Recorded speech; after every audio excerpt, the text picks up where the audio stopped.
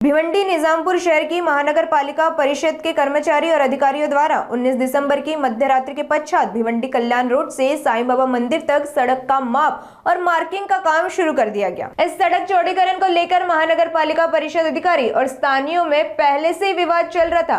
इस घटना के बाद स्थानीय व्यापारी और संघर्ष समिति ने कहा कि उन्हें पहले से कोई सूचना नहीं दी गई और रात में अचानक काम शुरू करना लोकतांत्रिक विरोध को दबाने जैसा है। पुलिस की कड़ी सुरक्षा में काम हो रहा है ताकि कोई परेशानी न हो।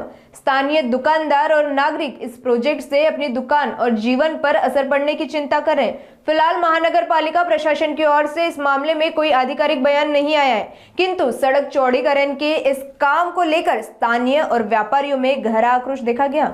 आज रात्री ज्या पद्धतीने काम झालंय, आज भिवंडी शहरातील जनता झोपलेली आहे।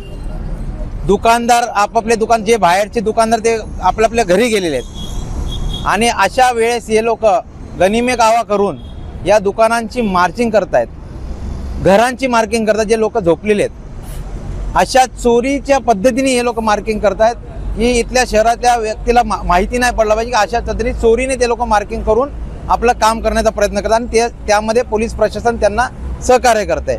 आमचं एकच म्हणणं आहे, प्रारूप विकास आराखडा असताना जो आराखडा मंजूरच नाही, त्या मंजूर नसताना त्यांना मार्किंग करण्याचा अधिकारच नाही। पहिली गोष्ट, त्यांनी मार्किंग का केलं? मार्किंग करायचं त्यांना अधिकारच नव्हता।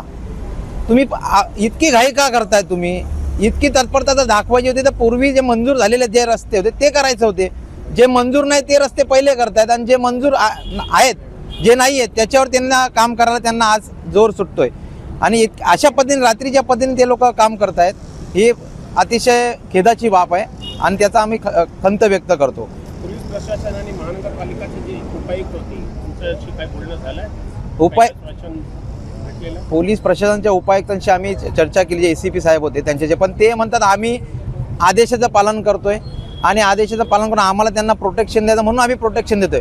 पण त्यांचं एक कर्तव्य होतं की जनतेला तुम्हाला प्रश्न जेव्हा जनता विचारते त्यांना तुम्ही समोरचा व्यक्ती कायदेशीर काम करतो का नाही करतोय, तो जर चोरी करतोय आणि त्याला तुम्ही साथ देत असाल तर ही पण चोरीच आहे ना। चोरीला साथ देणंच एक जनतेची कुठेतरी दिशाभूल होती या सगळ्या, आणि ते पूर्णपणे दिशाभूल करून हे काम करतायत। पोलीस प्रशासनाशी देखील याच्यात दिशाभूल झालेली आहे।